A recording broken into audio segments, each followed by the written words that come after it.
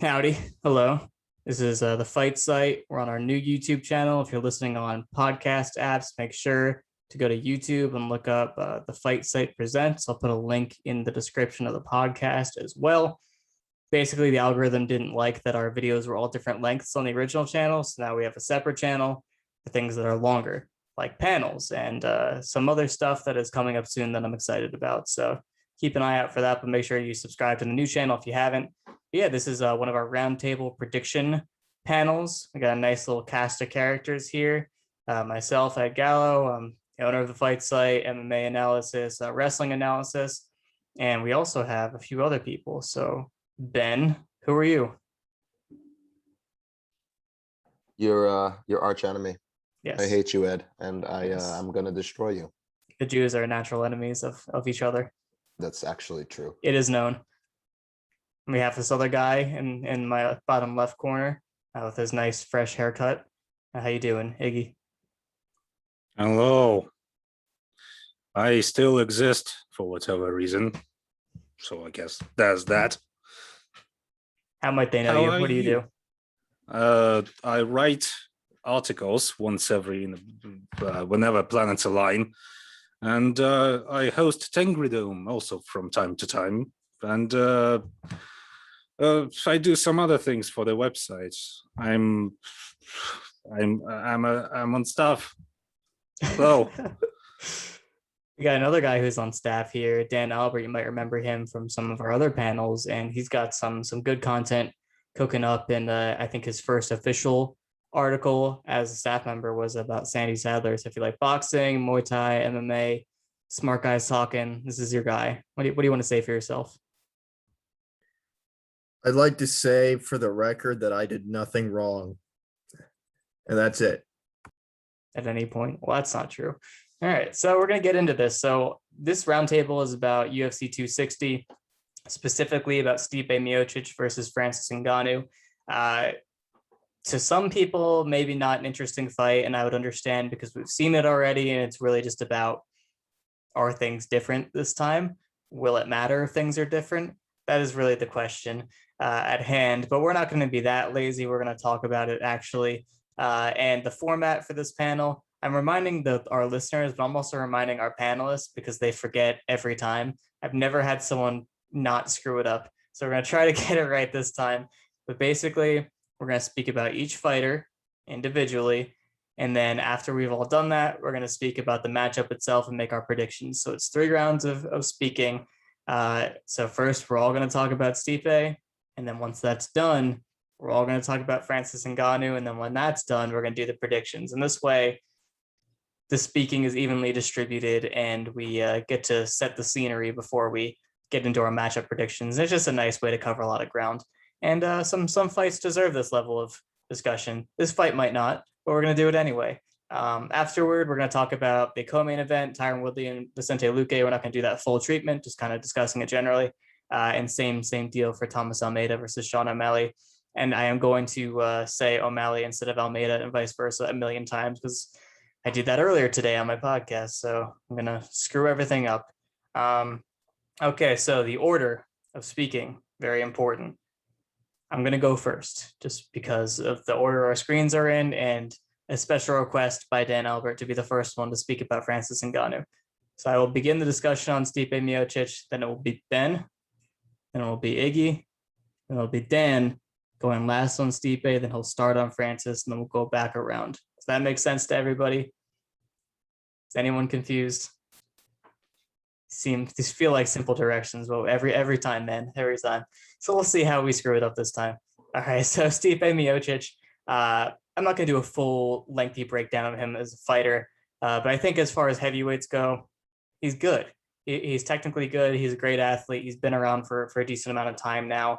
I remember when he first came into the UFC, I immediately paid attention to him because he wore the Crow Cop shorts and he had won a fight via low kick TKO before he came into the UFC.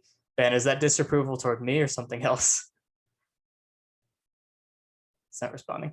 All right. So Ben's making crazy faces. So I thought, okay, here's a good athlete. He can move. He low kicks. I knew he was a Division I wrestler for Cleveland State before this. he was actually pretty good, and he decided to choose baseball over wrestling. He was actually ranked in the nation. Didn't place the NCAA's, but was a solid contender. Probably would have become an All-American if he stuck around all 4 years. Said chose baseball. Baseball didn't work out because of an injury. Started fighting, started boxing, and it all picked up from there. So he came into the UFC as a guy with like functional boxing, an active kicking game, a great wrestling base, athleticism, durability, everything you want in a prospect, really. And he looked pretty good. He was putting people away. He was aggressive, and he took his lumps for sure. The lengths of his depth were exposed, and also what happens to him when you poke him in the eye was exposed first in the Stefan Struve fight. I'm not even talking about the Daniel Cormier fight. Stefan Struve beat him after a series of eye pokes, and also I think it was just a tough fight, and he's not super great defensively on the back foot, and Struve pushed him back. But he's developed into a great champion, one who knows how to push weaknesses when he finds them, and one who has the physical gifts and the skills to leverage that. I think of him these days as someone who has developed a lot of ability as an outfighter, as a boxer. You see it a lot, and that's kind of what makes him stand out as a heavyweight technically, that he actually slips punches and he can actually like move laterally, and sometimes he'll move out to an angle and he can counter punch. And you're like, wow, that's amazing. He can actually like shoot to the legs for when like chain his wrestling together and do a lot of impressive things. So there's a lot of skill depth that isn't there for other fighters, and he's tough as hell.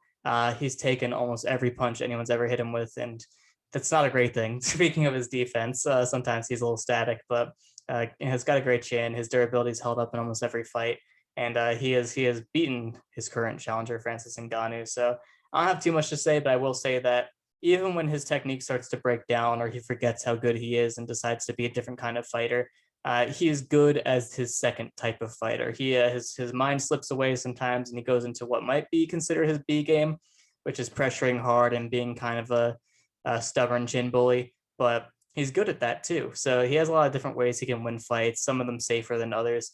And I think highly of him, and I really expect his career to be received well when it's all over. And I'm feeling pretty good about him, and I appreciate him. He's also a hell of a guy. So that's my overall thoughts on Stipe. I'm not going to get too deep into specifics, but Ben, what do you want to say about Stipe Miocic? Yeah, I'm actually a massive fan of Stipe as a fighter. I really have a ton of respect for him. More so, I think, than most. I think he's one of the few heavyweights that we've had as an example that we could say is a good fighter, purely as a good fighter. I do apologize if you hear my son saying "daddy" in the background. It's nice. It's cute. Yes, it is. Now Rissy's going to quiet him. So I think that, like Fedor, he's just an actually great, really good fighter in a division that kind of sucks. So it's really important to say that. That being said, he's also like 38 years old. He's had a really long career, and I think he's also visibly slowing down. Now, from a technical perspective, like you said, he's actually a fighter who does put an emphasis. He's one of the few heavyweights that we see that has a pretty decent outfighting game, and that's something that separates him from other fighters. Excuse me.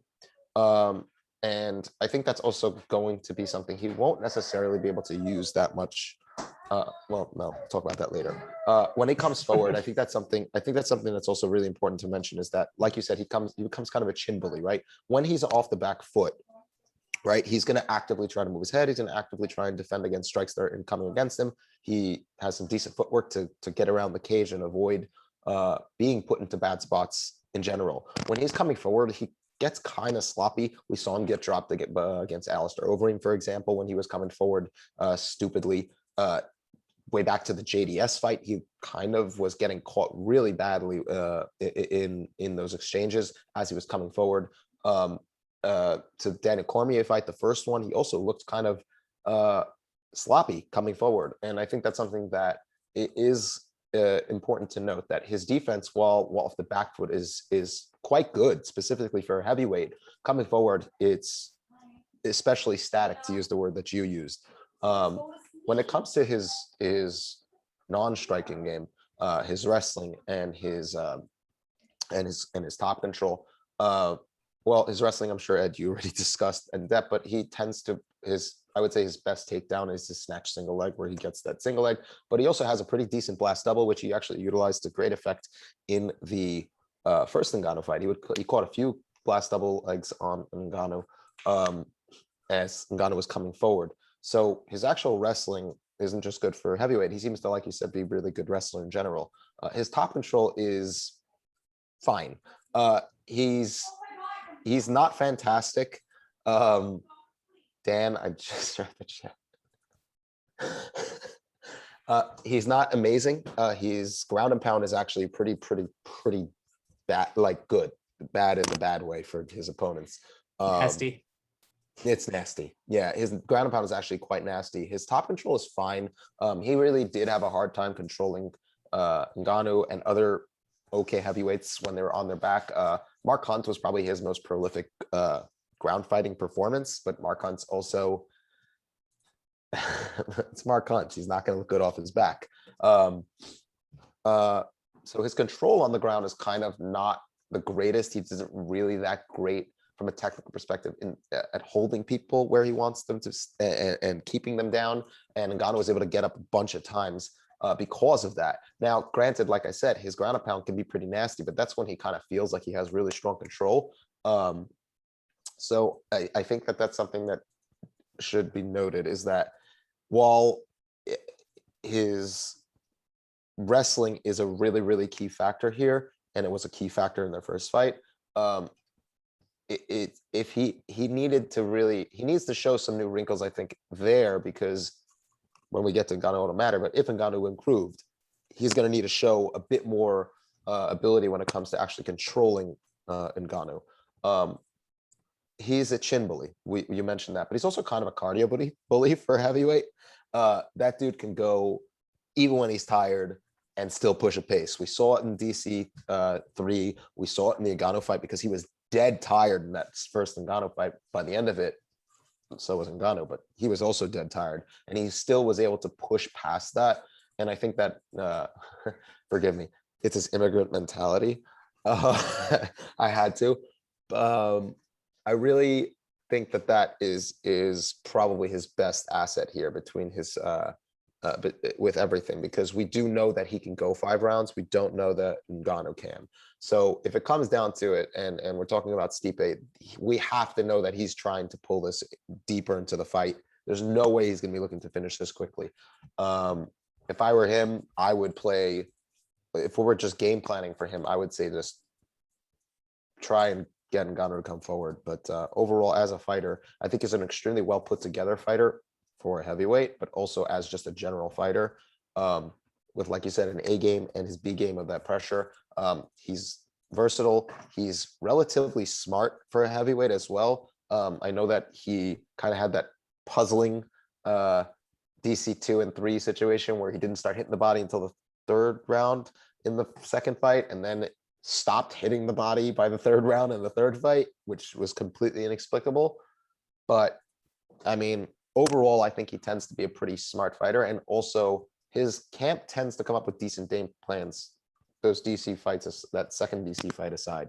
So yeah, I think he's the greatest heavyweight, obviously, in UFC history, and arguably above Fedor. So yeah, that's my take on Stipe. Good takes. How about you, Iggy? Stipe, what do you think about him? Well, most of the things about Stipe that are pretty much obvious have been already stated, so I'm not going to prattle on about that.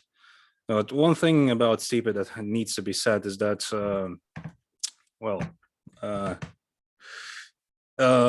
I think it goes unmentioned a lot of the time, is that he doesn't actually really even a full-time professional fighter, in that he's actually also a full-time firefighter. So instead of fighting people, he fights fire a lot of the time, instead of actually training for fights. So that's maybe one of the reasons why people see this quote, like, I don't know, something of a decline in the in the current days, because, well, obviously he's getting older and he's slowed down quite a bit, but also that may be also a result of him just paying more attention to his real life as opposed to his life in the octagon. So there is that. And he may have came in with, may have taken this particular fight more seriously because it was one of the more grueling fights he's ever had, the fight with Ngannou the first time around. So, but that's a topic for later, and I'm not going to ruin it for everybody else right now. And yeah, and one thing that's has to be said about Stipe's attributes is that not only he's a for heavyweight, he's a cardio machine, and with an all-time great chin, he's also a massive puncher, and he finished most of his fights by knockout. But then again, everyone at heavyweight is a massive puncher, but Stipe also actually utilizes his power in an intelligent way, as opposed to many other fighters at heavyweight, which is a big factor. And for what do we mean? I mean, what do we mean for heavyweight? We always say that for heavyweight, he's a good. For heavyweight, he's like, he's good, but for heavyweight, always this. Don't give away your whole next article. Yeah, I won't do that. But I mean, to touch upon it briefly, as you may have already noticed, we don't really exactly hold heavyweight as a division in all that high of an esteem at the fight side, which is something we share with many other analysts, such as, for example, Heavy Hands or Jack Slack. And the reason is simple. It's that heavyweight is not exactly a very deep division. And the reason for that is that, I mean, the talent pool is just a bit shallow. And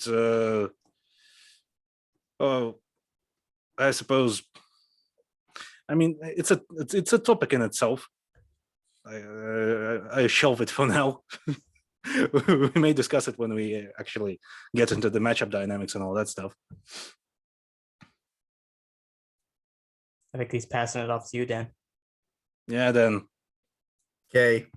All right. So what we mean usually by for a heavyweight, I want to add on to it. So I think we were reminded recently through Blachowicz, Adesanya, that often kind of different divisions have sort of different rules. And I was talking about this with Haxerized a few weeks back because I wrote a short piece on my little blog called Why Stipe Miocic Matters. And my theory on how a heavyweight works is essentially it's very an attributive based division, as in it's mostly about like how physical you are, how powerful you are, and how durable you are, like the main tenets of it. And so that means inherently certain like technical developments are going to be like secondary, because you ideally at heavyweight can knock everyone out, but you can also potentially be knocked out. So that kind of focus on an orthodoxy of like toughness and just being powerful is kind of more of a focus. So that's kind of why you see some stagnated development throughout. And so why Stipe Miocic matters more than anything else, or Miocic, according to some people, is that he's the guy who has consistently faced like guys who have greater attributes than him, but consistently he has beaten them and created different ways to beat them. Now, there's still lots of issues with Stipe's game, specifically like some of his defensive things, because I think one of Stipe's primary issues is he tends to focus on offense or defense, but not like a mix between them sometimes, from the way I see it. So you'll see him, for instance, get backed up and his instinct is either, well, I got to throw, but he doesn't prioritize like a certain like defensive angle. And so you'll see in like the DC fights, for instance, like his clinch defense, especially off the breaks, is horrific. And that's usually where he gets clocked a bunch. The other thing is he just often, you're welcome. Anyways, the whole idea of Stipe, I think, is he consistently like finds, you're welcome. He consistently finds ways to win in certain regards where it kind of feels like other heavyweights wouldn't do that. So against one thing about Stipe that I really, really want to touch upon, and this is more of like this is more of a hypothetical kind of opinion of mine. So pre-DC3, I thought about this for a while. The big question is, why, Stipe, did you not throw to the body in that second fight and instead engage in some stupid drunken brawl instead? And how I thought about it was, what if Stipe's whole team was basically like, we're not going to really focus on strategic prep because you have a bit of a technical edge over everyone in terms of like ideas. And instead you kind of just figure out what works best and then you just exploit that.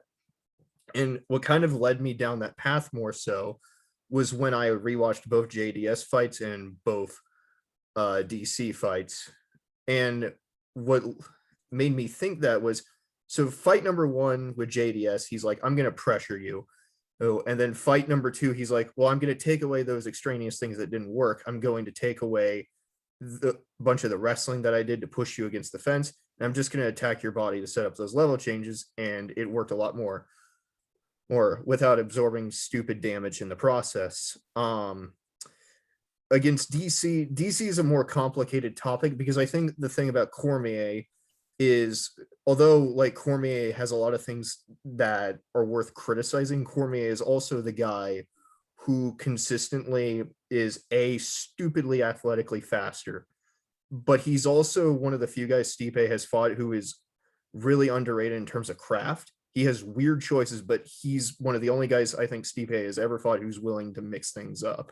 So, in rewatching the second and third fights in particular, it's like, I don't think Stipe relatively figured out how to hit the body and realized, hey, this worked, until it's like, well, I can out tough you. Nope, that didn't work because DC is durable as hell. And then it's like, oh, hey, this body shot worked. I'll do it again. Hey, it worked.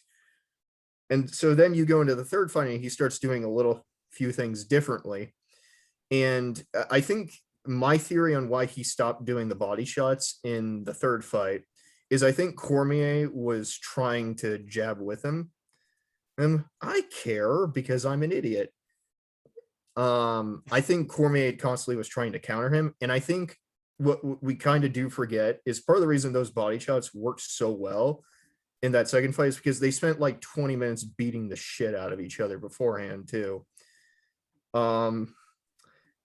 So I kind of thought to myself, the body shots themselves in fight 3, I assume the reason he gave them up, and this is just a total guess, is that I think he decided, what if I can control him and absorb all that damage, because it feels like if I go too close, I'm just going to get hit more.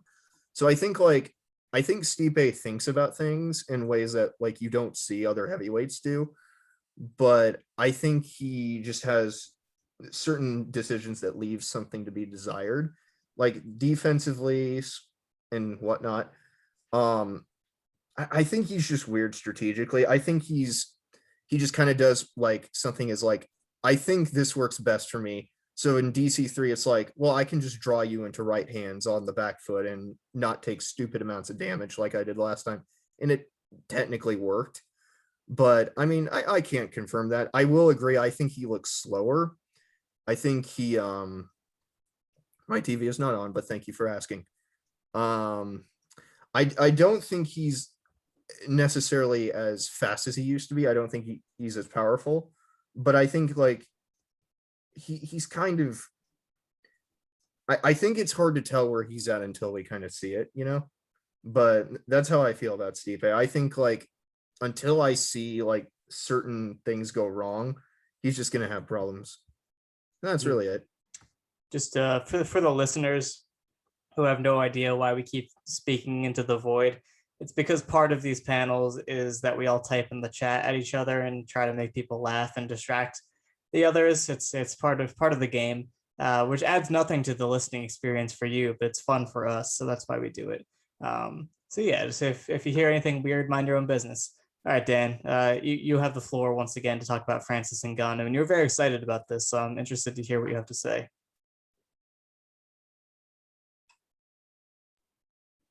Okay. So I think the big question with Ngannou is, how long is his tour de bop continue? And my whole thing with Ngannou is, and everyone's on this page, is like, did you improve? And I think understanding that is like understanding that Ngannou is like trying to be a counterpuncher, except he's kind of bad at it. because he doesn't really know how to draw out reactions in order to set things up. So it's like, hey, I want to counter you with this uppercut. Should I use a throwaway jab to get that to work? No, and whatnot.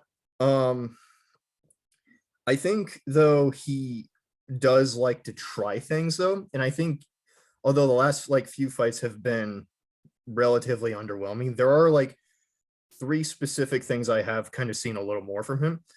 The first is like I think he's trying to develop like a more active lead hand, because I did notice this against Blades and JDS. He's using like certain throwaways more to like draw out some reactions. I don't think he knows how to like build upon them or use them yet.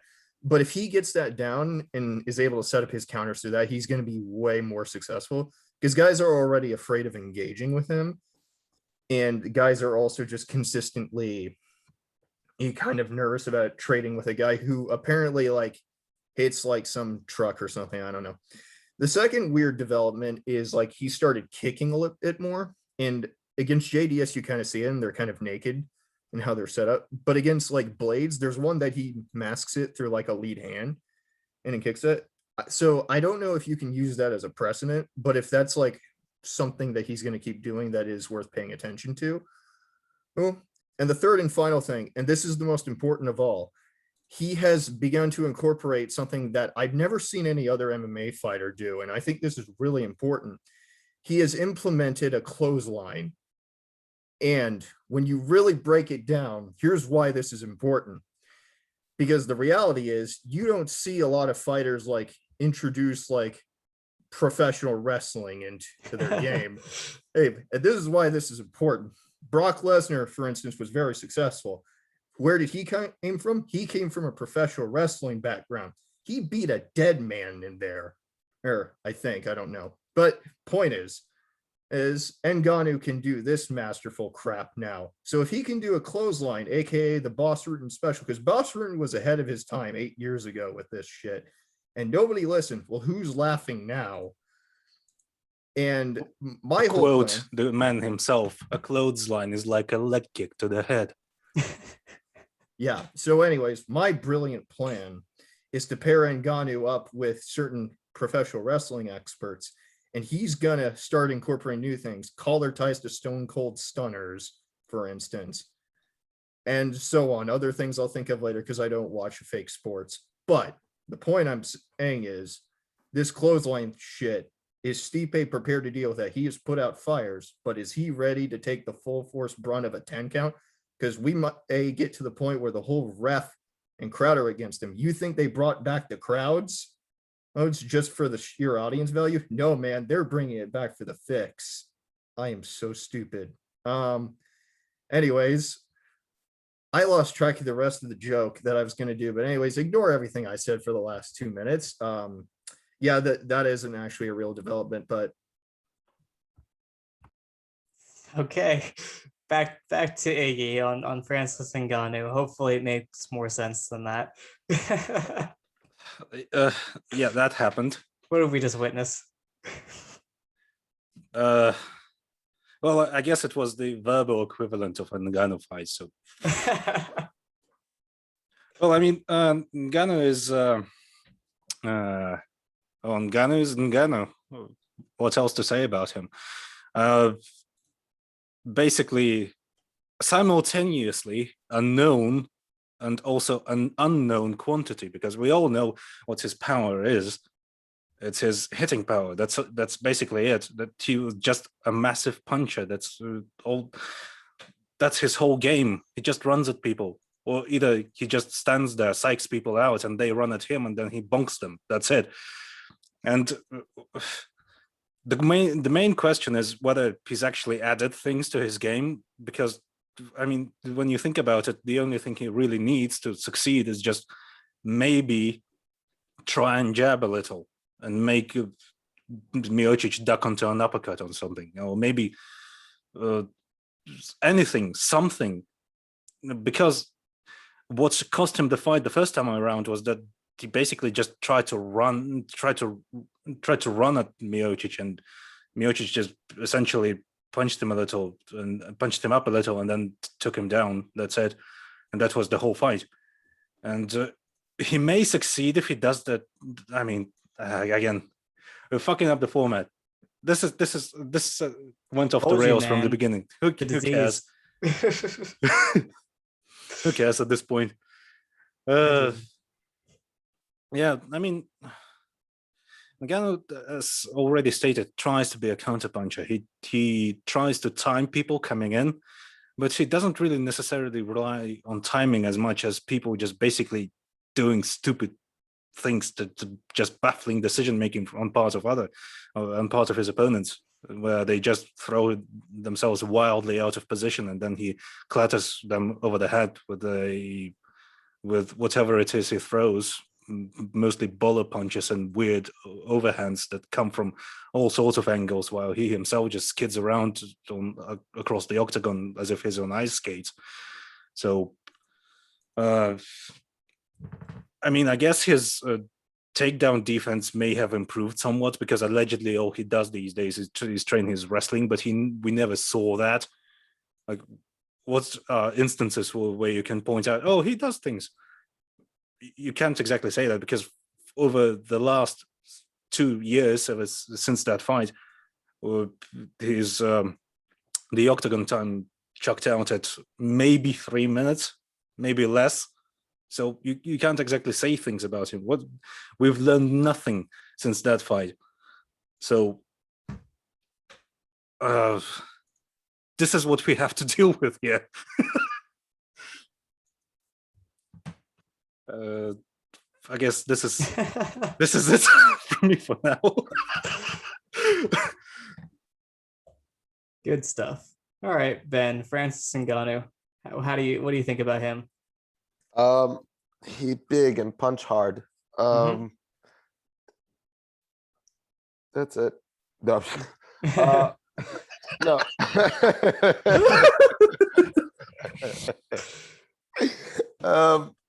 No, like Iggy said, he's apparently been training nonstop wrestling, so that's a complete unknown. We really don't know what to expect there, and I'm not going to pretend to. One thing that I do want to point out is that when he did fight Curtis Blades in the rematch, the takedown defense and the thought process behind how he was defending those takedowns was actually really, really good. When he first defended the initial shot, he did a really good job of getting that underhook and then circling and pivoting out so that his hips were no longer in front of Curtis for any sort of reshot. After rocking Curtis did try to grab a leg, and rather than just stand in front and sprawl and then hit from the front like a lot of far better fighters technically will do in better divisions, he actually was circling to the back to get out of the way of any sort of possible attempt for Curtis to really get control of the leg. And he was also able to land like free shots essentially and just really just clobber the shit out of Curtis. So while we haven't seen much of his wrestling defense, what we do see, at least on the initial line of takedown defense, he does have a clear understanding of what he's supposed to be doing and what he's not supposed to be doing. And that's important, because if his first line of defense is good enough to at least fend off shots in the beginning of the fight while he's still fresh, that's going to probably mess with Stipe, because if I remember correctly, in that first Miocic fight, Stipe shot within the first like 30 seconds. Yep. Granted, it was because Ngannou was coming at him like an absolute maniac, so his was wide open for a reactive double. But if Ngannou at least has gotten his first level of takedown defense to the point where he really is good at defending single legs and double legs and separating, that's a really important factor alone, because he is going to have such a physical so many physical advantages over Stipe. Something else to mention, and I think it is actually important because he does seem to really have mattered in his subsequent fights. Ngannou did come in really fucking heavy for that first Stipe fight. He was a good 10 to 12 pounds heavier than he was throughout his whole UFC career prior and after. He does seem lighter on his feet, 10, 12 pounds down, and that matters when you're already walking around as such a huge, heavily muscled man. Like, that matters. That's a lot of weight to be shedding off of yourself, and it's going to add endurance to him. And we did see that in the first fight with Curtis Blades. That fight didn't end right away. I think that was 2 rounds, and he didn't look gassed. He didn't look especially tired. And I know that because when I was first analyzing this fight, the fight before the first Stipe fight, one of the things that people were talking about, oh, he's definitely going to gas. So I looked at the longest fight. I'm like, we only have one example of him going a long time, and he didn't gas so bad. Yeah, he was tired, but like he probably should have about 7 minutes of fighting him at least. And he did. He had roughly 7 minutes where he was able to push back against Stipe, and then Well, goodbye. to come back to that, him coming in heavier, there was also a bit of a psychological factor in there, according at least to Francis Ngannou himself, in that he didn't actually take the fight all that seriously because he was convinced that he's just simply going to knock Miocic out and didn't prepare correctly.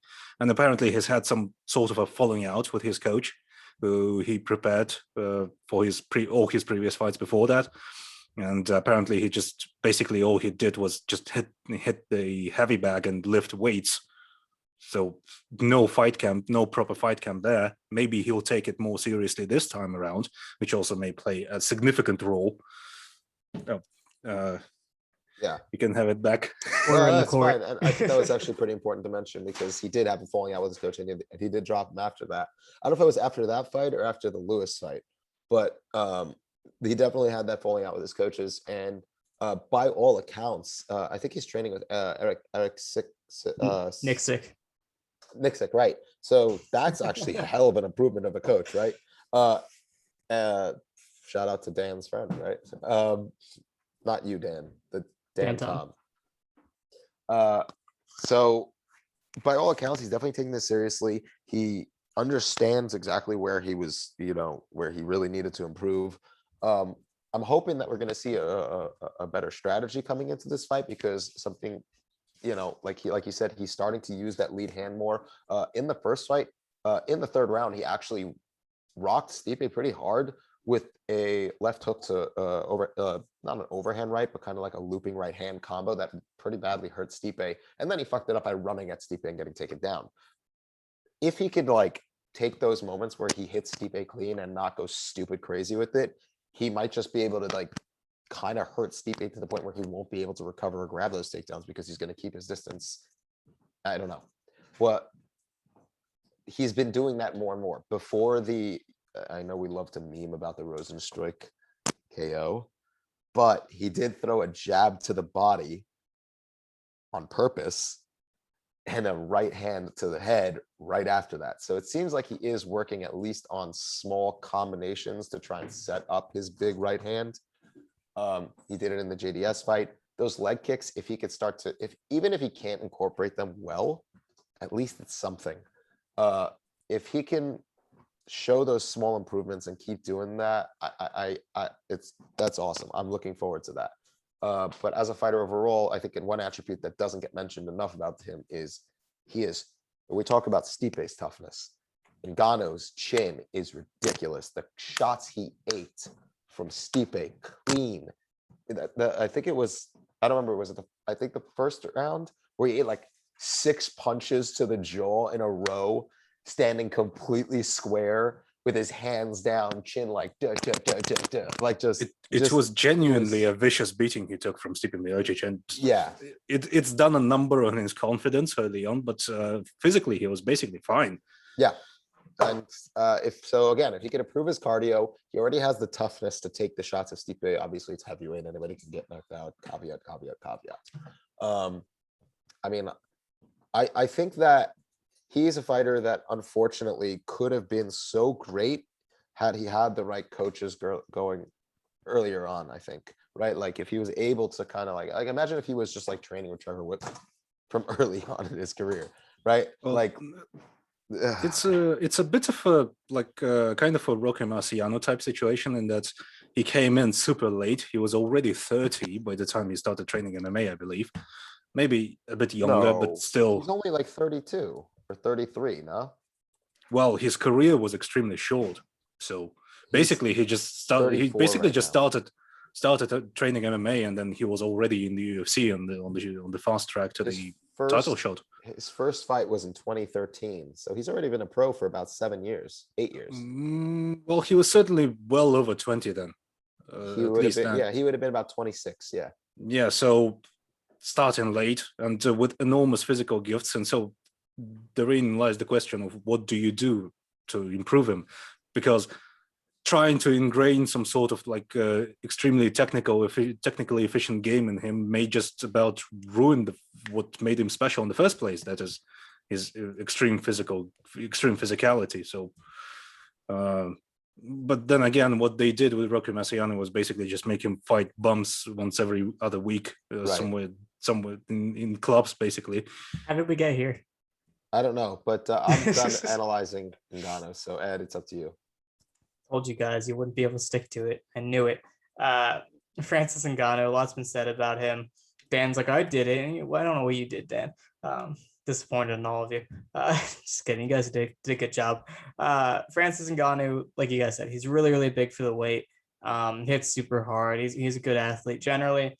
When you hear about like his story and where he came from and all the horrible things he went through to get to not America, France. It's pretty insane. It's pretty insane. So I'm never gonna say he's not mentally tough, but I do think he has confidence issues. I do think, maybe I don't know, in a fighter sense, maturity could sometimes be an issue. He just isn't fully comfortable with what is supposed to happen in a fight, I think. And he's also like a very nice person, a very kind person. So although he's very good at hurting people, I think he doesn't have that composure that comes with. I mean, like, just knowing what just you're to see supposed to do. just to see his reaction after the Rosenstrike finish, he was just at first he's like, surprised. yeah. Oh wait, oh shit, I did that. Yeah, but Oh, to no. be fair, really quickly, he murdered Overeem and then hit him with a follow-up shot. He had He's no in the problem. moment. He was in the moment. That's fine, but I'm saying like it doesn't stop him from hurting people. It doesn't stop him from hurting people. It stops him from keeping himself in the I need to hurt people stage, and just not, despite him having the power, despite him even saying that he had this belief in his ability to knock people out, he doesn't really have this ability to beat them at fighting. You know what I mean? Yeah, he thinks I have to land this huge shot or I'm not going to win. And it's funny because if you watch, I've seen footage of his fights before he came into the UFC, and a lot of people have remarked that he looked better in a lot of regards because he was training willing to, be a to try first. stuff. Yeah, He was willing to try stuff. he Not would just throw a run at 1-2, people. throw 2 straight punches in a row, which is something you very rarely see these days. But I think prospect development is so weird because early on, when you're coming in pretty raw as an athlete, what your coaches are trying to do with you, especially when they have someone of those attributes and that what you might call talent, is they're just trying to teach them MMA. They're just trying to teach them the skills, and that goes far quickly because you're matched up with people whose skills aren't that deep, whose attributes aren't that deep, and you can just try stuff and it'll probably work. Like how he had the Kimura against I think it was Anthony Hamilton. He probably learned that recently. He probably barely knew what he was doing at that point, but I don't think he actually knew what he was doing at all, because according to his interviews, he was just basically just trying out moves in the spur of the moment. Right. I'll just do this. Why not? Yeah. At lower levels, you can do that. Yeah, and very quickly he figured out that he doesn't really need to do all that much, doesn't need to stick to any sort of a process to win fights, and which hamstrung his development so much. Because we always talk about how the worst thing a fighter can learn is that they have a good chin and a pair of big hands and a lot of hitting power. So, and for a lot of fighters, that means just basically the death of their discipline. So they stop sticking to the process that they've been ingrained with, and they just rely on their attributes to win fights because they know more often than not it will be enough. It's the Anthony Pettis curse, isn't it? Like basically just the whole, like, I just find finishes to these guys and just ignore the total development of like actually learning to do things and just rely upon sheer talent alone. That's kind of always the risk with like certain prospects and whatnot. But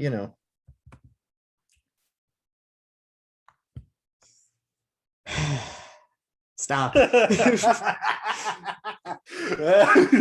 had your chance to say all these things. Don't know why you have to do this. Oh my goodness. You're breaking up my momentum. I had thoughts rolling, and you're throwing me off so much. You guys aren't invited back. I've led None a of you were mutiny. invited back. We've led a mutiny. Oh, none of you were invited back. No one's getting paid except Iggy. He'll still get paid. Anyway, yeah, Dan succumbed to peer pressure. That's unfortunate. Anyway, Francis Ngannou. I'm just gonna jump into the Stipe fight. What happened in that first fight? Because I think he gets misrepresented a little bit, as he swing big and he got wrestled in the end. Things happened in between those phases, and I also think we're talking about his wrestling and his improvements, and Ben was referring to some nice instincts he showed against Curtis Blades with regard to his hip positioning and footwork and things like that. Listen, in the beginning of the Stipe fight, he defended a lot of takedowns, and he did a good job getting off the cage. Stipe had him on the cage with an underhook, and Ngannou actually got the collar tie, created a frame and yanked the collar tie really hard and turned him off the cage. He clearly did something he was taught to do. So I think there's something you see with Francis Ngannou is a lot is he's been taught the right things. He knows what he's supposed to do, and sometimes he is capable of doing it. It's just that what I began to say in the beginning of this, before I was interrupted, was that he freaks out sometimes and he loses himself. He doesn't have confidence to stick to that. He's like, I just got to do this thing that I think will win me the fight, and it's actually something that him and Stipe have in common.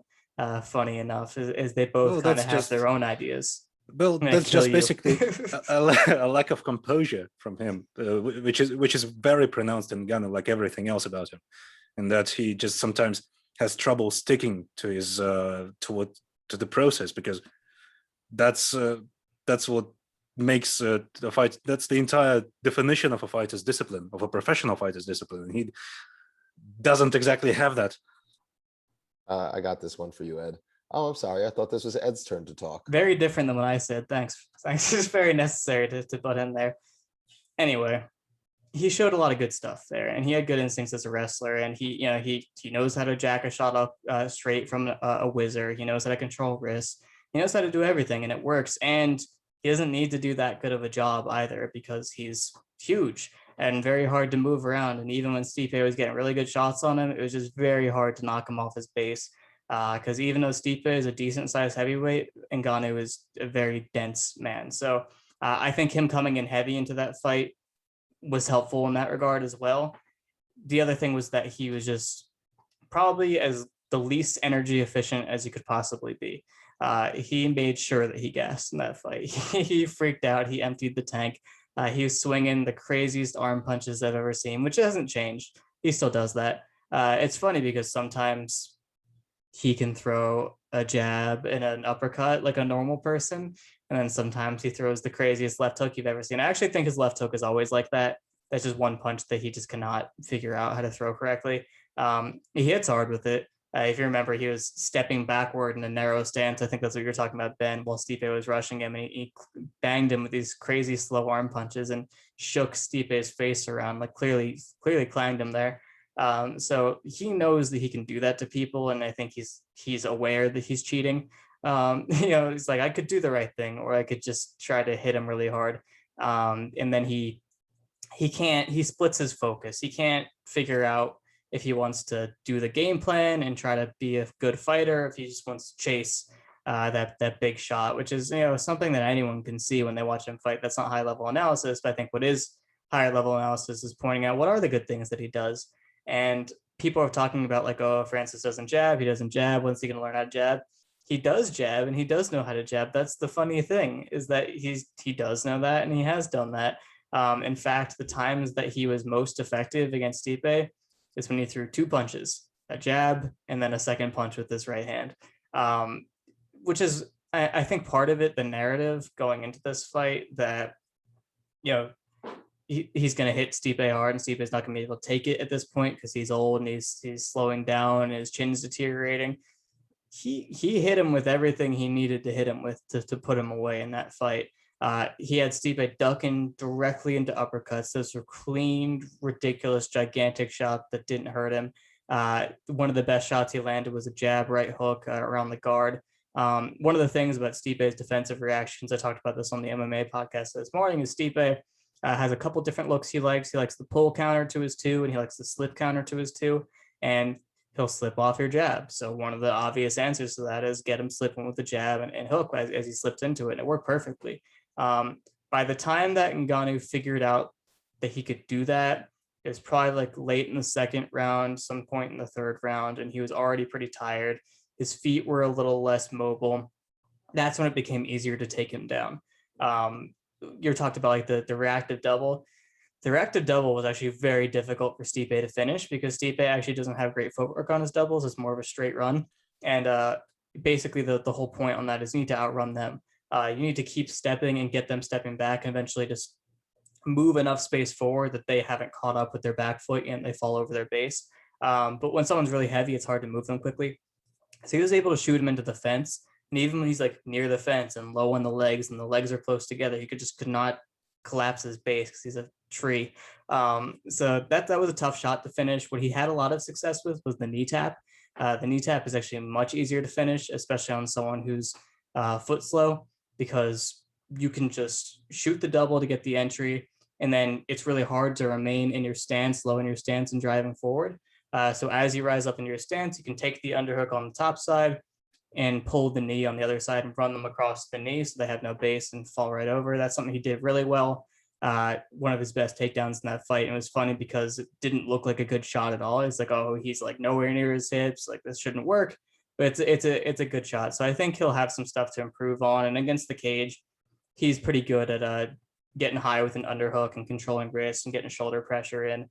And that's how Stipe won the Daniel Cormier fight. So I feel like most things that have needed to be said about Francis have been said. So I'm already kind of in matchup mode, and I'll say my prediction in a little bit, and then we'll go back to Ben and around for predictions. But yeah, I just think that was an interesting fight. And with regard to the ground control, Joe Rogan was like, Francis doesn't know what to do here.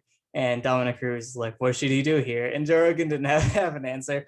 I was watching it. I'm like, you know what? It's not an easy question to answer because in the positions that they were in, he should have been able to stand up. There wasn't actually that much control happening. He was like almost all the way up with the forearm on the back of his neck, and he just did not have the legs under him. Go ahead. Every time Stipe gave him a tiny bit of space every time, Ngannou was able to stand up, or at least regain his posture, get to some semblance of a base, right? So he was doing stuff, and like on the ground it was slow, but he was slowly working himself back to the cage and was getting to better positions. So what I saw in that fight was a guy who completely exhausted himself within 2 rounds and then had to fight just a horrible fight where he like had to really be choosy with what he expended energy on. By the 5th round, he had literally nothing left in the tank, where he could not even throw punches. He couldn't lift his arms up. He couldn't move. He was taking them. It looked funny. It was actually hilarious. And Stipe still couldn't commit to really doing much against him because even when he was dead tired, like these crazy slow arm punches were still powerful. In fact, the last thing Francis Ngannou did in that fight was throw a flying knee, and it landed to the body. So it's going to be a dangerous fight forever. It's always going to be dangerous. I don't think Stipe believes that he can finish Francis Ngannou, and I think he's correct that he cannot finish Francis Ngannou because he hit him with everything you would want to hit him with, and it didn't work. Of course, did he hit his body? No, he didn't. Did he get that much done on the ground? Well, not really. I don't think he actually wants to hit Ngannou to the body because he believes that opens him up for a counter. And he's correct because Ngannou is going to be hunting for it. So that's kind of something I wanted to talk about via the discourse. Read the discourse. I used the wrong transitional phrase.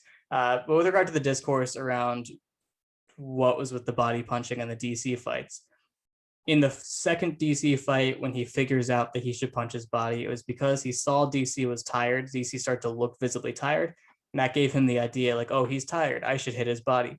So that's, fault to his camp for not identifying that in the first place, but he did see it. It did come up for him. Now, with why he didn't do it and stick to it in the third fight, I have my theory for this. Daniel Cormier advertised as like, I have a solution to the body shots, and everyone knew that meant a counter hook. Everyone knew what that meant, and Stipe's camp and Stipe were probably like, okay.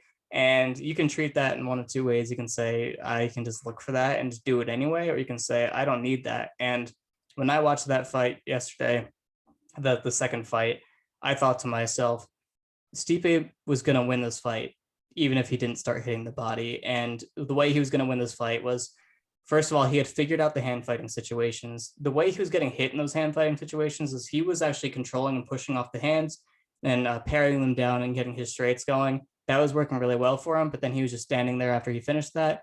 DC was just eating the shots and then throwing at him when he was there. And what Stipe did was, after he hit them, he just started to smother him in the clinch and jack him up with the underhook. And he realized he could beat DC in the clinch. And that's how he was winning the fight.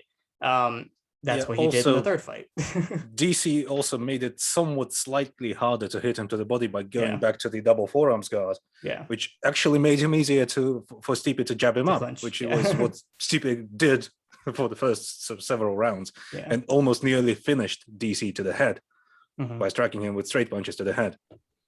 And I mean, people always point to that like, as if it's some kind of baffling sort of thing, but I mean, Stipe is also slowing down. He's getting he's 40. He didn't want to maybe concede the hand speed fight by going to the body in his situation, and he knows he can hit him faster and harder with straight punches. So that's what he did. I mean, it's a perfectly reasonable adjustment to make in his situation, I think. I agree. I think he saw in that second fight that there was something easy that he can do that's pretty energy efficient, that wouldn't take a lot out of him, and really took away the chance for DC to hit him hard by getting into these situations where he can smother him and doing it and winning the fight very comfortably, even if he didn't put him away. I don't fault him for that. I think it's obvious to say like he should have just hit his body, but there's risk associated with that. And I think there's more risk associated with that than doing another proven game plan that was working in that second fight that won him the fight pretty easily. So with regard to Stipe's strategy, I think he's someone that has a mind of his own in a fight. He sees what's working and he sticks to it. And that's what makes him great at winning. When we talk about like what makes a winner and like winning as a skill, that's one of those things is the ability to identify those things and not being scared to stick to it, not getting bored of a winning game plan. I think that's something that the heavy hands guys bring up sometimes, usually about women's MMA, because their top fighters happen to be boring. But actually, unrelated, but I think Jan suffers from it somewhat. Sometimes he just gets bored. Yeah. He just wants to hurt people in many different things. Yeah, so I'll jump into my official predictions. So obviously the reason to pick Ngannou is he had plenty of success in that fight against Stipe. He had plenty of success. He had all the success that he would need to have to win it. It didn't work. He didn't knock him out. But, you know, if you showed that to me and you said Francis is going to land these strikes, I would say, yeah, he could probably knock him out for sure. But after seeing it and seeing that they didn't, it's like, okay, should I expect them to after nothing has rocked him since that DC punch that put him out, which he was blind for? You know, they say it's the ones that you don't see that really hurt you. He literally couldn't see it. So that's why I hurt him. So I'm trying to evaluate Stipe's chin based on that. That's a really bad way to pick a fight, is where's his chin at? But another way to think about this fight is that, like I said, Francis Ngannou fought the least energy efficient fight possible the first time. It's going to be very difficult not to improve on that. To not do better than that would be a gigantic, enormous failure of epic proportions, because he fought one of the dumbest fights I've ever seen and still had plenty of success. So if he's able to realize, or his camp's able to realize, here are the things that went well in that fight, let's do those things. He should have a lot better performance. The reason why I don't trust that too much is because I've seen what his coaching looks like in the short glimpses we get, in like these embedded videos, and hearing from his coaches. They're still trying to teach him MMA. I think that's a bad idea. I'm not even joking. I think that's a bad idea at this level. He's at the championship level now. And you shouldn't be trying to teach him new stuff. He has a skill set that wins him fights at this level. Refine that. That's the thing I was getting at with my Rocky Marciano talk. Just pick a thing and then nail that thing until just drive it home. Just drill that. It's all coming together. Yeah. But yeah, in the embedded videos this week, they were teaching him an arm triangle from top. Like, what utility Why? does that serve in this fight? Like, how are you going to take Does- him down? Will Ngannou try and go Stipe from top? He's going to top him. He's going to top Steve. All right. I don't feel comfortable making a prediction based on this person's durability is wherever it is. I think that's I gave Ben a ton of shit before we started because I knew that's what he was going to say. I think that's a reasonable thing to say. I just am not in the business of making predictions like that because I've done it too many times. It didn't work out. So I'm like, screw it. Like, never again. I'm never going to assume someone's durability. I'm never going to assume washness or shotness. I just can't do it. It's not predictable. MMA is weird. I keep seeing these obvious trends. I'm like, well, clearly this time he won't be able to stand up to whatever punishment, and then it's wrong. And like, chins are magical. So I don't know. I'm not going to pick based on that, but I think Ngannou can have a better fight. I think Stipe is going to be able to figure out how to win because he had so many ways to win the first fight, and he's still a great fighter. And this is probably his last one, so I don't think he'll get lazy. I think he'll figure it out, and I'm going to pick him to win another decision, and it should be slightly more contentious. And even if he can't take Ngannou down, I think he can have a competitive winning fight with him on the feet. So Ed, before the podcast, just messing around. I don't know. I came into this. Are you apologizing? No. No, I came into this podcast really unsure of how to pick this fight. For all the reasons that we ended up discussing. It's kind of hard to make a prediction on this site because realistically, the fight happened, I think, 3-ish, 4 something years ago. Stipe, like you said, was knocked out, but he was blind. But also, had these 3 fights with Cormier, and he took a lot of punishment. It's kind of hard to know where he's at. I think he has visibly slowed down. I think that's going to be a problem. But then there's the factor of DC is just that goddamn fast. So maybe it's not that Stipe has slowed down. Maybe DC is just that. Maybe not Stipe has slowed down. Maybe DC really is just that fast, and he'll still be able DC to was also a particularly uncomfortable matchup in that he had the true. speed. Yeah, he had the hand speed advantage, and then he had the stupid mummy god thing going on. Absolutely. So there are the factors of where's Stipe at physically, but like you said, it's hard to predict a fight based on that. There are a couple of factors that I think are really. It kind of bothers me that Stipe has never had to really change things up when it comes to leg kicks. Is that he just doesn't defend them at all. With Ngannou's coaches, who they are now, I'm kind of hopeful that maybe they're actually going to spot some of the holes in Stipe's game and have worked with Ngannou, not necessarily. I know you said that they're still trying to teach him MMA, but maybe they can get him to stick to his game plan, right? If he can, force Stipe into his B game, which is make him come forward, force him to lead, and give him those spots by drawing him out with, just a simple jab, setting up his overhand right or straight right with the jab or a left hook, leg kicks from the outside. I think that that's something that could not just be Ngannou being physically more impressive, but also just a solid game plan that could probably get him the victory by catching Stipe coming in. There is another problem, is that on the flip side, I don't know if Ngannou's first layer is enough to win a fight if he can't knock out Stipe. In fact, I'm rather sure that he can't. I think his first layer is enough to win the fight if he could hurt Stipe or rock him or knock him out, obviously. But if Stipe could take those shots and let's say even lose the first round or two, and he's still there, I'm not really sure Ngannou has the depth of skill to really win that fight. This is a fight that Stipe absolutely has a technical advantage over Ngannou. Another thing to factor in is that Ngannou doesn't check leg kicks either. He was kicked pretty hard by JDS, kicked off his feet, if I'm not mistaken. Stipe landed some really good leg kicks in their fight. Ngannou just doesn't check leg kicks because he doesn't really have to. He didn't check it against Yair Rozenstruik either. So I want to say I feel confident that Stipe can win. I don't feel confident Stipe can win this fight. It is Ngannou. He does hit fuck hard. It's kind of crazy that Stipe was able to eat a Ford Escort hitting him at 35 miles an hour. And somehow DC was able to finish him, but I guess one-eyed Stipe is just knockoutable. Thank you, Stefan Struve, and thank you, DC. So maybe DC can maybe Ngannou is upgraded to a Ford Taurus. I don't know, but right now, I don't know. I don't feel comfortable picking on this fight. If Stipe could drag Ngannou into a slow-paced fight, get him jumpy, and force him to lead, I think he'll win this fight. I think that if Stipe is able to come off the back foot, he should win this fight. Granted, he did eat a bunch of shots, but he should be able to.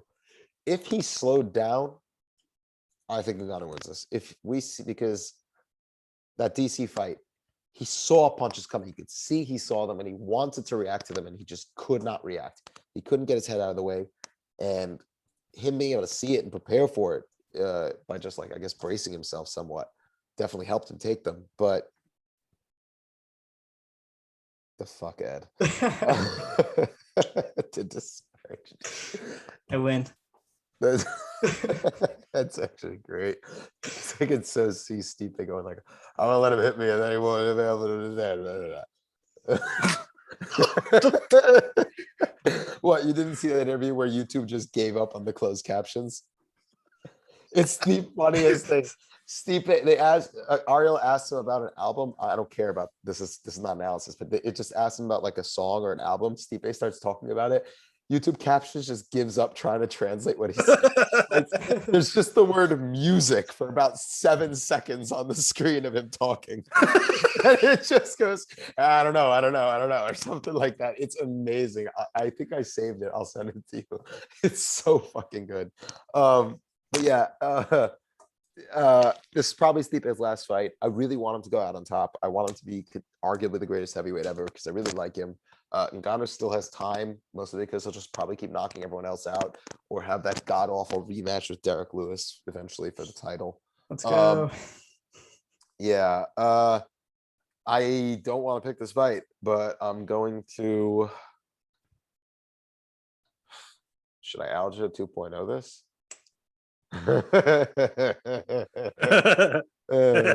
Okay, fuck it. Fuck you, Ed. I have to pick against you, even though I actually think Stipe will win. I'm going to pick Ngannou, not because I'm sadness hedging, but because I just don't want to agree with Ed.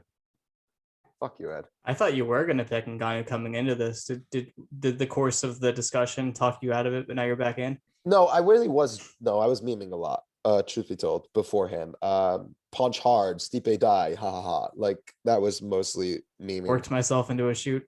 Yeah, I actually do think that Stipe will win. He should win, realistically. Ngannou just doesn't have the depth of skill to really win this fight if he doesn't finish him, or at least he hasn't shown it yet. And you can't pick, like you said. I can't rely on his shot. He's gonna eat, but still, fuck you. It could happen. But still, fuck you. I'm picking. It's a reasonable pick, but fuck you too. Ed, I'm gonna out wrestle you when we train together. Finally. Probably. You're the wrestled in like 2 years. I've never wrestled. No, you've wrestled in practice. Yeah, all right, Iggy, pick this fight. Give us a pick. I actually hate these panels. Did you know that? Because it takes so long to get to my. It out. It takes so long to get to my turn that I actually forget everything that I wanted to say. Our egos are too big for this format.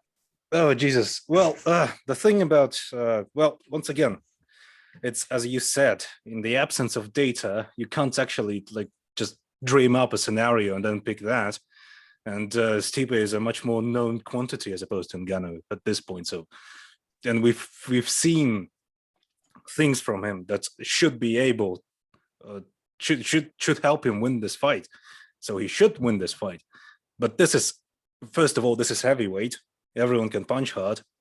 Second of all, Ngannou punches the hardest out of any heavyweight. Third, Stipe is old. and kind of maybe a little bit slower, and maybe that's the only margin that's needed for Ngannou to win this fight. So I don't fucking know. I'm kind of like 50-50 on this. I want to lean Stipe because Stipe actually has process, actually shows things, and he's actually a good fighter and a good person. But Francis Ngannou is basically the champion that the heavyweight division deserves. So,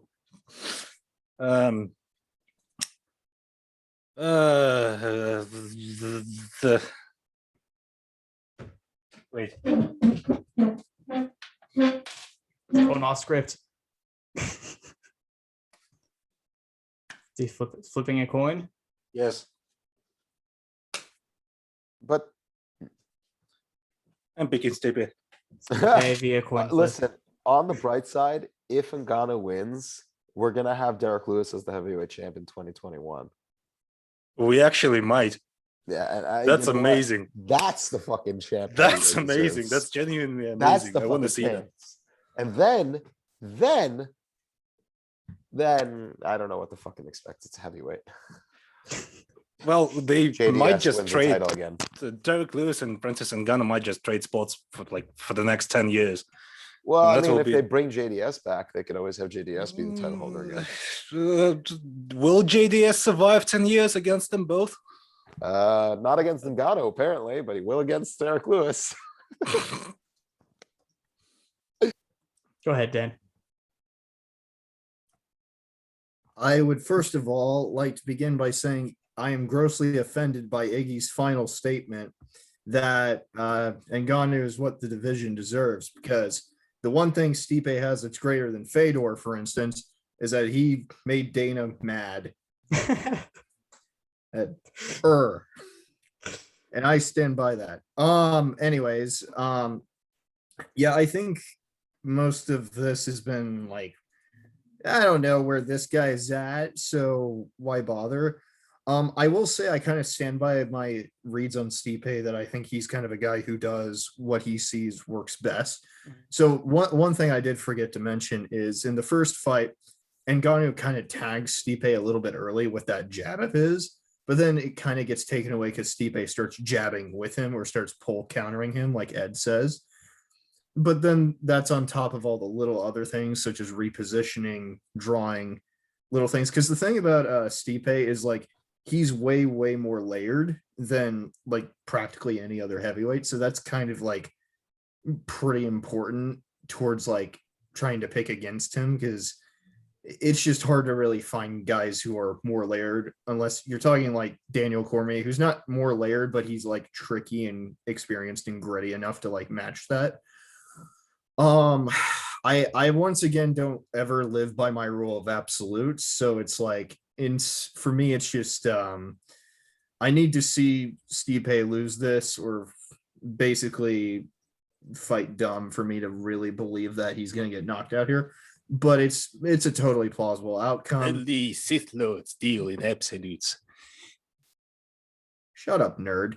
Anyways, yeah, I'm gonna take a Stipe, even though I will admit it's not a confident one, but I don't think anyone can be confident. And that's really it. It'll be interesting. Hopefully the UFC gets mad because the guy they don't want to be their baddest man on the planet isn't, Well, I mean, honestly, if Stipe takes a whole bunch of shots, horrific shots from Ngannou, isn't able to take him down and still beat him on the feet, that would be that's just goat shit.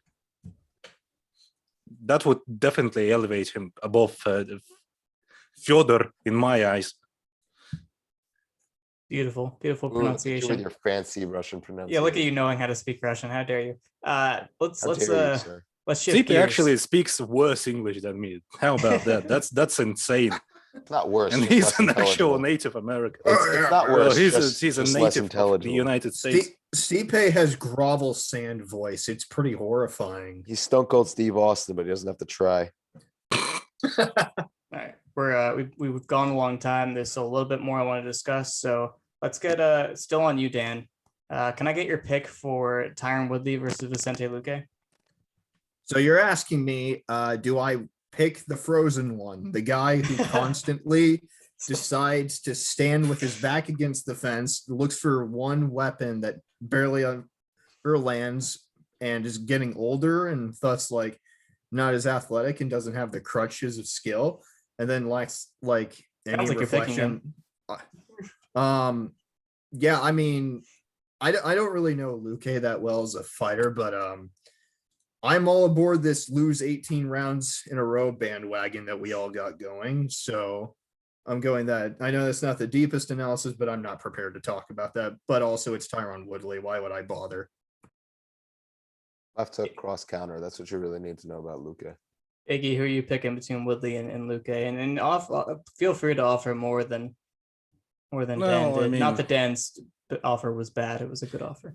well, I mean, Lucay is kind of defensively just kind of a void, but he has a good chin, and sometimes he keeps his arms up, so that may be just enough to deflect some of those overhands that Tyron Woodley throws like once per round at the best of times, which he may not even throw in this fight at all because he's just gotten older and worse.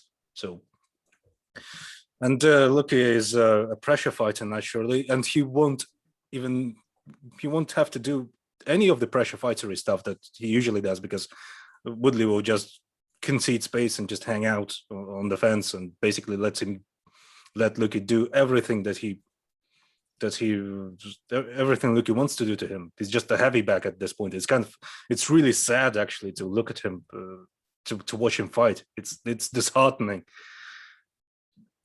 The mental decline, not to like the combination of the physical and mental decline that Woodley embodies is just depressing, and I wouldn't even want to watch this fight at all.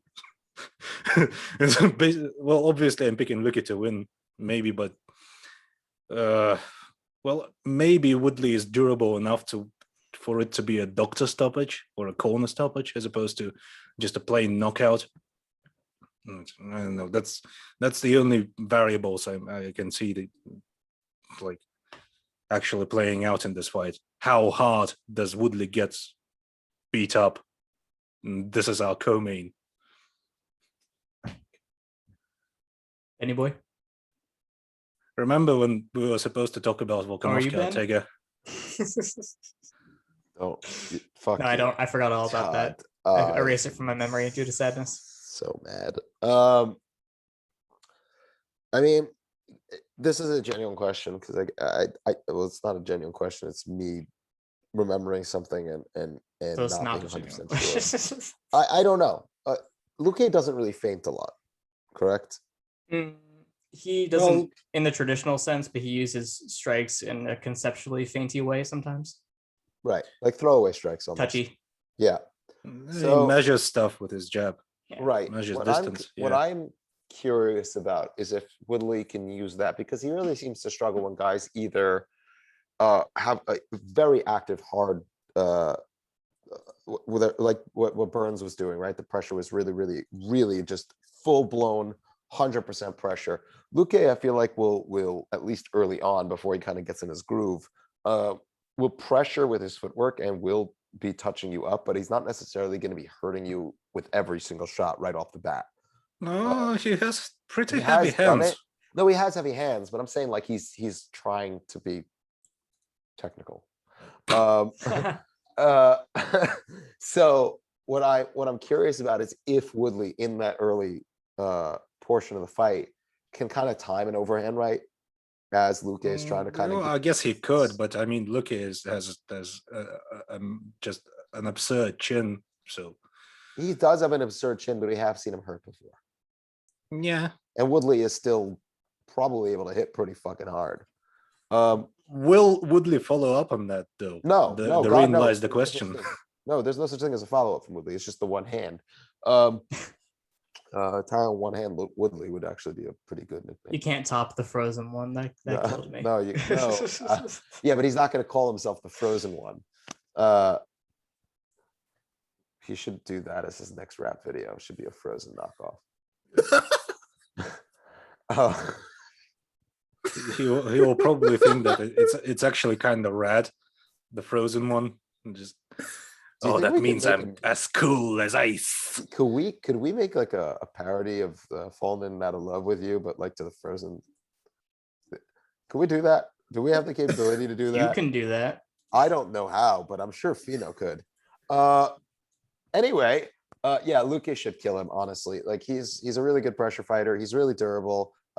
He's got volume, he's got power. He mixes up his striking really nicely. He's gonna attack Woodley at all levels. He hits the body, he kicks the legs a lot. His cross counter is fucking money. The problem is that His Woodley left hook is fucking money. his Is left even hook more is- money. his left hook is money, but like also Gold. Woodley doesn't jab, so it doesn't really matter. You can't hit the cross counter and you don't jab. So That's actually the rationale for why people just run at Ngannou as opposed to trying to jab him, because they're afraid of the cross counter. Statistically, the 1-2 is the most dangerous strike to throw. The Yeah, combination to yeah. throw. I've According heard that to somewhere. according to Uh, Sensei, John I Kavanaugh. forgot his name. John Well, Kavanagh. Boss Rutan Yeah. doesn't believe in Johnny jabs either, Calves so- of the. Well, Boss Rutan doesn't believe in jabs either. We're Anyway, falling I'm gonna apart pick Lucay. I'm gonna pick Lucay, and I actually think he'll finish. I think he'll finish Woodley. Yeah, I don't know if he'll get him by submission or not.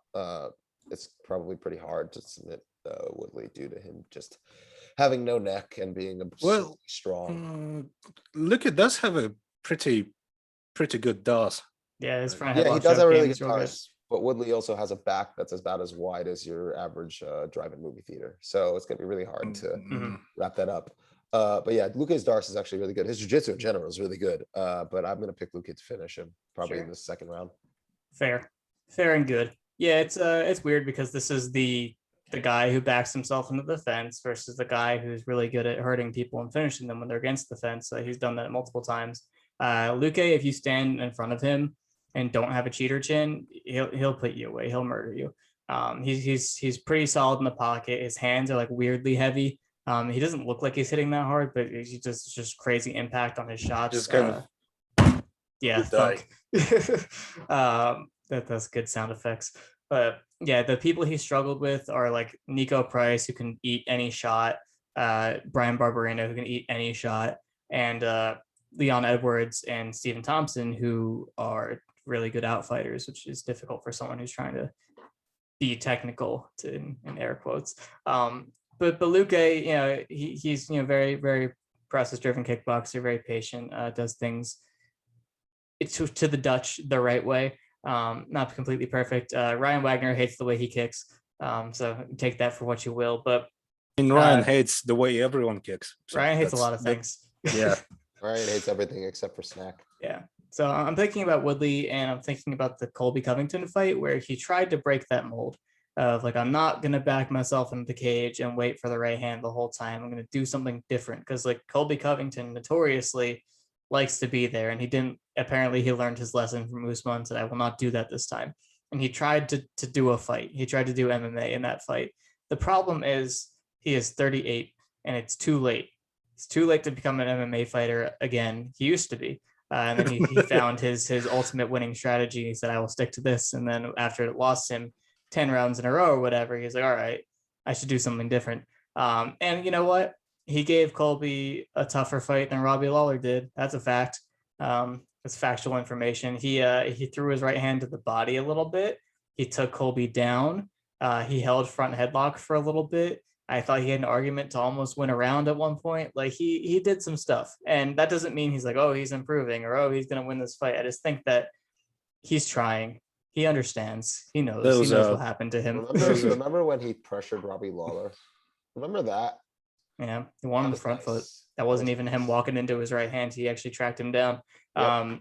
So Tyron Woodley's an interesting guy. He definitely lacked self-awareness for a while and maybe believed a little. We talked a lot about this on this podcast about fighters having their own ideas of what their game plan is and how they win fights. And Woodley's definitely one of those guys. And you can't argue with him when he's winning, and then it's not going to change right away the first time it loses him a fight. So I get why it took a while, but obviously I think it's too late. And that's What's up? Hex always talks about this, and that self-awareness is a superpower. Yeah. But you should have the right amount of self-awareness in order to actually bank on it, because too much self-awareness is just usually just as worse as having no self-awareness. Yeah. Don't want to freeze yourself with anxiety because you're too aware of the consequences and your strengths and your weaknesses and what have you. You have to be a little bit stupid. So, for example, Ngannou may be a bit too self-aware for his own good, and that he actually knows that he can just run at people, but he's not self-aware enough to realize that maybe sticking to the process may actually lend the same results. He doesn't trust it. And Stipe trusts, maybe not doing the thing that's the smartest, but he's fully aware it'll work and that he knows that he can just do what he needs to do. Very interesting how there's a lot of parallels with regard to this in the card. But yeah, I'm definitely picking Lucay just because I think it's too late for Woodley to make those changes. And, there's the risk of, big punch, but Lucay's got really good chin too. Like that Barberena fight's ridiculous. And if you look at Barberena, you might not know that he's a huge power puncher, but he is. And so is Nico Price. And so are a lot of the people did Lucay fight Nico Price? Am I making this up? Or am I thinking of Jeff Neal? Fought him twice. Yeah. Did they fight twice? Cool. I'm glad I didn't imagine that. So yeah, I'm definitely picking Lucay. Moving on to the last fight we're going to discuss, we're just going to do the same thing we did here and do picks. Sean O'Malley's fighting Thomas Almeida, and it's another one where like the very simple explanation probably makes it an easy pick and something you don't want to discuss that much, but let's try to also consider some possibilities additionally. The easy pick is that Thomas Almeida's chin is probably average at best, and his defense is also average at best. And when you're fighting the style that he fights, which is very aggressive, forcing a lot of exchanges, opening up a lot, you need to have better attributes than he does to pull that off, and he doesn't, and that's why he gets knocked out. Sean O'Malley's someone that starts really fast, clearly athletic, clearly fast, definitely has a speed advantage, hits hard, throws straight, covers a lot of distance, and it's a bad recipe. It's a bad recipe for Almeida, especially early on. But if he can somehow get this fight into a place where O'Malley's a little slower and he can do some attritional work, maybe boot his leg a bit, I think he has a great style to work O'Malley once he's slowed down a little bit, especially because O'Malley likes to take the back foot.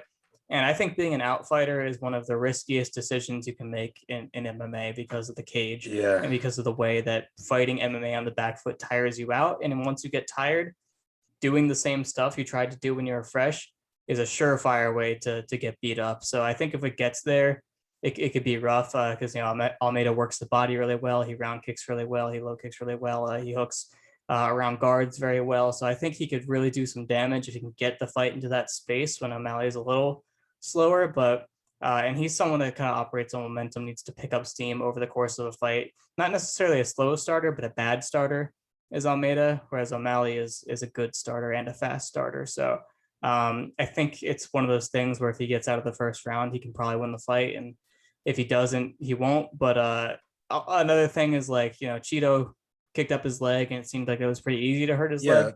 The one thing about O'Malley is that thinking about counters to that. Yeah, he seems pretty fragile. O'Malley does. Yeah. It's hard to say. So maybe Almeida goes after that. Maybe O'Malley's thought about that and has counters prepared. And maybe Almeida does go to the leg early on and gets hit with the straight and gets knocked out doing that. So it's a depressing fight because I really like Almeida and what he does. But like I said, his limitations really hamstring his style. And that's why he's lost 3 in a row, despite the competition being good. He didn't lose to anyone bad. And Jonathan Martinez is a lot better than people are going to understand he is because he just got knocked out by someone who wasn't necessarily very good. He was winning that fight pretty wide. It was a really unfortunate knockout. But yeah, I like Almeida. I hope he can turn it around. I see he grew his hair out. Maybe that'll give him powers. I'm not sure. Ben, what do you think? Well, this is one where I do feel comfortable saying that Almeida's chin is not great. I know that you said that when we were discussing it that it's in this boxing defense, but you can't claim that he has that he doesn't have not a glass chin. But I think it's at least normal, and it's just not. That's not good. I don't think it's normal. I think at bantamweight it's definitely subpar. There's no question that it's not below average to me. Being somewhat less durable than others is one of the worst things you can be at bantamweight. Yeah, that too. Which is full of huge punches. Which is very amusing because featherweight isn't so much, and flyweight definitely isn't. Bantamweight having that just weird thing where it's just huge puncher after huge puncher after huge puncher. Banger It's after banger after banger. crazy. The whole way through. So yeah, I do think that's something to note. And O'Malley, you say a lot of things about him, but that motherfucker hits hard, really hard, and he's very fast. Two things that Almeida has struggled with over and over again: guys who are going to come out really hard and hit him hard and hurt him, and guys that are faster than him are going to be a problem. Cody to Rivera is a lot more crafty than O'Malley, don't get me wrong. And like you said, the fighters he's lost to are really, really good. O'Malley is not as good as them. However, early on, he is going to be able to land, I think, on Almeida. Almeida's defense is really not good, especially in the pocket. It doesn't really matter because O'Malley's not a pocket boxer. However, he's very good at finding those openings to land. The only thing that I could say that really just makes it very hard to pick O'Malley, in a surefire way, is that his competition kind of sucks. Like, his best win is Eddie Wineland on the downswing, and I love Eddie. I love Eddie as a fighter. Love you too, man. Guy is.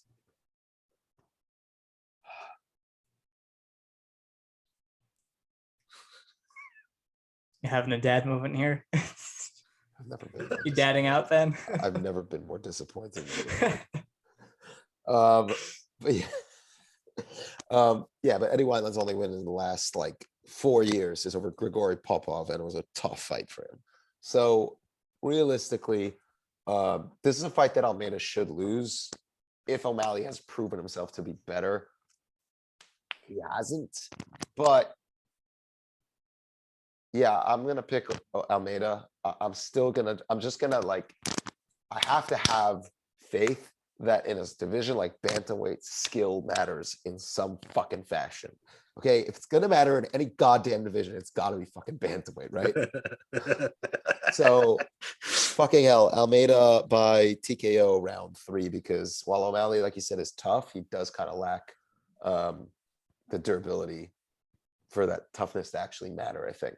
So I didn't make a pick. I pick O'Malley. Yes. I love this. No matter what, we automatically have to pick opposite. That's what I'm picking Almeida by O'Malley's knee exploding or something, or ribs just exploding out of his body and flying in random directions because he squeezes him a bit too hard. Dan, that was the whole thing. Your turn, Dan. Oh, okay. Yeah, so I'm not fully prepped on Almeida. O'Malley, I was talking with our friend of the site, Downward Elbow, about him a couple of months back. And my read on O'Malley is I don't necessarily think he's a super hard puncher, more than he's just an accurate, fast puncher, and his speed surprises guys. Plus, I think the downside to O'Malley, though, is I think he's very reliant upon his feints being very effective with guys, and putting him on the back foot and especially targeting that leg, albeit with setups, is usually a good way to solve the problem. I'm not convinced his lateral footwork is that good. I'm not convinced he's capable on longer exchanges at all. I'm not sure he's the kind of guy who can grit his way back. And I need to kind of see that to buy into him. But on the other hand, yeah, I'm not sold on Almeida being that tough at this point. He's definitely gritty, but he's not physically, I do think, from what I do recall of Almeida, that he is a violence monger when he gets going. And I think, yeah, it's as simple as, I think if Almeida is able to push him back consistently, force a lot of attacks, especially with kicks early, I think he has a chance of giving O'Malley a ton of trouble. But I don't know. I'm not confident enough to make a pick. Actually, I am. I'm gonna take the new route bantamweight has presented us recently, namely Almeida by a knee DQ. You think O'Malley is gonna knee Almeida illegally? I messed up. Other way around. O'Malley by a knee DQ. I Did not take my medication today. Who gets kneed in the face? O'Malley's or gonna Almeida? knee. Listen, No, O'Malley's gonna listen, get kneed illegally, I think is what he's saying. listen. Just something. Or does gonna Almeida happen. get kneed It's- illegally? I'm listening. No, we've already seen two illegal knees, and you know what? I don't give a fuck. Let's just have more every single time. I'm More fully of of the what? opinion they should keep doing it until they make it legal. Yeah, exactly. That's part Do of the it in fun. every fight. Now my actual opinion is like I'm gonna take O'Malley, but I'm not confident. I don't know. I'm just loving how incredulous Ben has looked every time I've talked today. It has been part of my joy. I can't tell if he's reacting to us or something else that's happening. I'm reacting to all of you. I really, this has been, we picked the memeiest fucking card to talk about, you know that, right? We talk about every card. I Right. do. Well, here's the problem. This was supposed to be a card with Alexander Volkanovski versus Brian Ortega on it. Who are you going to pick in that fight? Alex. All done. Everyone else picking Volkanovski. Yeah, but Ortega would Well, have had a shot. Ed, you were definitely picking Ortega since I picked Alex Volkanovski. No, I was going to pick Volkanovski. Don't I can't fucking pick ruin the Ortega. bit, Ed. I'd never pick Ortega. I Uh, picked against Ortega versus the Korean Zombie. I have full commitment to picking against Ortega. Who I the don't- fuck I don't know. would I don't pick know. Ortega to win this fight? Is there even a path to victory realistically for Ortega? in that Knee and fight? elbow, for sure. Knee and elbow. I may have Yeah. one. I may have two possible outcomes, but it's a long explanation. Are and I don't either wanna of them do it. DQs? No, it's But I'm actually not a interested, serious one.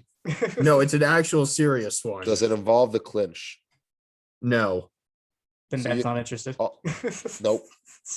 Ben is about to just log off. No. Break. I mean, We I'm at not really TFS sure. try to break her superiors, No, I don't such think. as Ben. I don't think Ortega could win that fight without. I being don't able to think impose his Ortega grappling. does win that, No, I'm no. saying without being able to impose his grappling, I don't think he can win that fight. Oh, well, I he don't can't think- impose his grappling on anyone. Well, And he wins fights. right, well, but not that's against his- Alex Volkanovski. He forces them to Christ. impose their grappling on him, and then he counter grapples them. He enforces other people to beat him up. I and fucking then he hate just jiu-jitsu. I think It's true. and then he I just think in finds all his opening. seriousness. I don't know why jiu-jitsu is a martial art. It's so stupid. Big sport. Fucking learn a takedown, dumbass. You say this, and then Ngannou's going to get that arm triangle. What? Ngannou's I going to will get that arm say- triangle and make jiu-jitsu real I'm again. sorry. Can we point Ngannou out is going to Ngannou- omoplata Stipe Miocic in the Can fifth. we point out that Ngannou took Anthony Hamilton, who is not a good fighter, but if I'm not mistaken, has a wrestling background. I don't What- know. I don't know like- about that. Maybe I don't give a shit. It's not important. The point is, what is important is he took a 265-pound fucking man who had like twice as much MMA experience as him and Kimura'd him, but like launched him from fucking standing doing so. And when they interview him afterwards, like, yeah, I just taught that during the warm-ups. Yeah, he has a wrestling background, by the way. So like, fuck you, jiu-jitsu. This is bullshit. Like if some dude who's literally never been shown a move can learn it in 10 minutes before the fucking fight and then just go like, I'm going to do it. And all he has to do is just be stupid strong and it works. Jiu-jitsu is not real. It's not fucking real. I mean, you could say the same about boxing. You could teach a random person in the street how to punch, and they could go knock someone out really quick. Yeah, but they're not going to mean- knock out a really good They boxer. definitely could. They totally could. Good boxers get knocked out by bad boxers all the time. Yeah. Striking is not about like just the solid process, positional process, or all that stuff. You can just land on people, and that's it. What's the thing about this that the expert swordsman should fear the amateur, something like that. Are we still Yeah, recording? it's Yeah. like Oh, God. it's like whenever you basically spar a novice and they just kind of spaz out at you and Spazzy white belts are Ah, who you should fear. You know, spazzy white belts are actually a danger to society. actually, when come to think of it, like the matchup Stipe Miocic versus Ngannou is kind of like that. It is. Yeah, and Volkanovski Ortega is kind of like that as well. No, come on, stop it. To a much Ortega's better than smaller that. degree. Ortega's All better right. than that, man. Come on. I think- Is he? Yes, he can jab. Well, That's already better than white belts in MMA. well, it's kind of like what Ed said. Someone just basically showed him how to punch, and then he punched. and then he punches people. That's it. Yo, that's learn how to that's the box in his extent garage. of his I boxing. don't. Okay, all right. I feel like if Ortega's not a if Ortega's a spazzy white belt in MMA, then we're really setting the bar stupid high. We have Can like Sydney Dandois was a professional fighter who fought. She doesn't in get a UFC. belt. She doesn't get a belt. She's not even a white belt. But that's what I'm saying. Like, come on. It's her first Cody day at the gym. Garbrandt. It's a free gym session for her. Cody Garbrandt is Our more of a 2-week white trial. belt than Brian Ortega. What? Cody Sorry, Garbrandt's what? more of a white belt than Brian Ortega. I don't He think is so. somebody who is really fast and hits hard, and they're like punch, and he's like, okay. Well, they both learned how to box from one person each, so that there's a similarity between them. They've each had one boxing coach, and that is how They they learned also- to strike. This They has been also- an episode of the Fight Site panel. Thank you all for joining us. Terrible Ed, takes. Ed, I was gonna say something. but Please. whatever. Okay, Dan, what are you gonna say? Mr. Please. Serious I man? was gonna say how I thought Ortega could win, but Nah, no- I without know- picking save- him. But save never it actually for mind. when the save fight it gets for when rebooked. yeah, we It'll should probably happen. do that. Anyway, That's how Ortega is going to win. We all had fun today. I Oh, did. some You of us all had fun today. except Ben. Ben's That's it. Ben's about to kill all of I us. aged 10 years over this podcast. No, I did not. I am none of you perfectly could do young and more than my healthy. children. None of you could do more than my children. Something I That's it. forgot to talk about when we started was Patreon. Very important. The only advertisements that you're really need to hear. Obviously, I wanted to plug the YouTube channel because we're just starting that, but Patreon is how the fight site survives. It's how we make money. It's how we keep our staff engaged. Some of them. It's how we try to keep our staff engaged. But basically, the way our Patreon is set up is that $3 tier gets you access to all of our exclusive content. It's a lot of me talking. So if you like me, you'll like it. If you hate me, maybe you'll learn to like me if you watch all the content. But a lot of commentaries, a lot of analysis with like attached to video. I do my resume review series. I do alternate commentaries.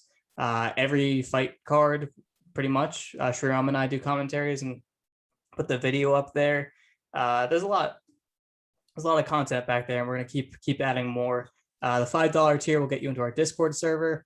That's a cool place with a lot of weirdos. So if you're a weirdo who liked this, if you're still listening at this point, you're a freaking psycho, and you should definitely be in our Discord server. So there's some incentive for you. $10 tier is a podcast topic request, not like a 2-hour episode like this, but something significant. We'll definitely talk about your question. And then all tiers above that are for custom content, like an article, a breakdown, like a video breakdown, or like a commentary video, what have you. You can come up with something creative if you'd like, if you give us enough money. We have some insane suggestions coming up that we need to tailor. You're gonna see. That's gonna be on Patreon. Yeah, there's a lot of stuff coming up there. Is there We'll anything do else to everything advertise? for money. It's We'll so do everything. We'll do for anything money. for money, Just- that's we'll true. do anything for money. Just pay us money. We'll do stuff. Anything. No. You want Ben to twerk? He'll twerk. Just pay We'll him do that money. for free. I did that. Well, he does that I for did that free, Will. clout. I did No, that that's for Ben's clout. thing. He'll do it naked if you pay him money. That's the thing.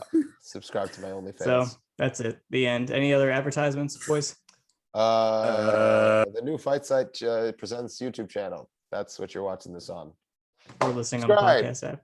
Subscribe. And we'll Double- see you hit the all link, in hell. Subscribe, Ex- hit the bell icon, and like the video. Share it. It really does help us out. Expect the return of Tengridome podcast, where I actually speak about the things that I actually wanted to say on this thing. He's being put in a box for killing his creativity. All right, All right, the end. we gotta end this shit. Goodbye.